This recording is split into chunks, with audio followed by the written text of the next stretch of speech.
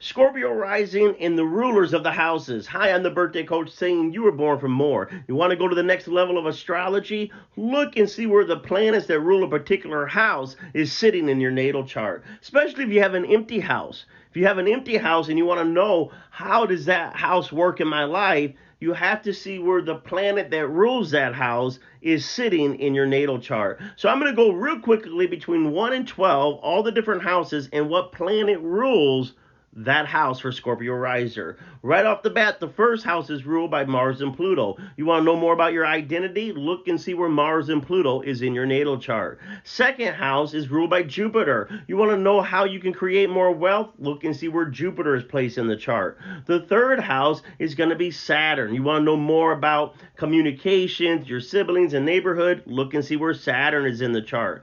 Fourth house is ruled by Saturn again. So you want to know more about your home that you're creating, the home that you came from. Look and see where Saturn is sitting. Also, you can look at Uranus as the modern ruler.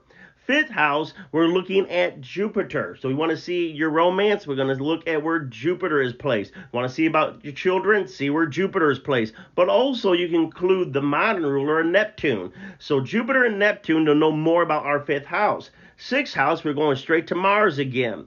Seventh house, the house of business partnerships and marriage. You want to look and see where your Venus rules Scorpio riser's seventh house. When we get to the eighth house, want to know about our occult information and our crisis and transformation, look to the planet Mercury. Mercury rules eighth house. Ninth house is ruled by the moon. The moon is our ninth house ruler.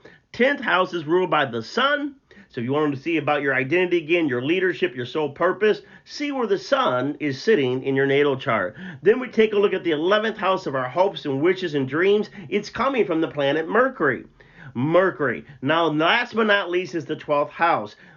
Venus is the ruler of our 12th house. If you want to see where your spiritual liberation and healing comes from, look and see where Venus is sitting. So, I just gave you all the house rulers. If you have an empty house, you want to look and see where the planet that rules that house is sitting. So, let's take an example. Let's say you have an empty 7th house. Well, does that mean you will never get married? Not necessarily. It just means that you have to see where Venus is sitting in your natal chart to know more about the marriage partner. So, for example, an empty 7th house, but it's ruled by Venus, and your Venus now is in your 10th house natally. This means that you can meet your marriage partner through work, because 10th house is work.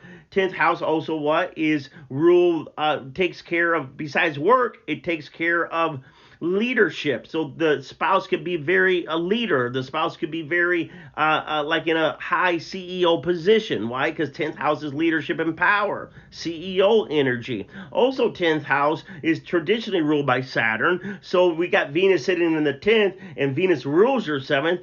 It could also mean that you meet the partner later in life, because we got that 10th house energy, which is really Saturn later in life energy. So there you have it. Take a look and see where the planets that rule the houses are sitting in the natal chart to get a deeper layer of what's going on in your life. As always, Scorpio riser, you can get a donation reading with me where I can take a look at your house rulers. So go click on the link below. Let's schedule a session and let's get into this astrology.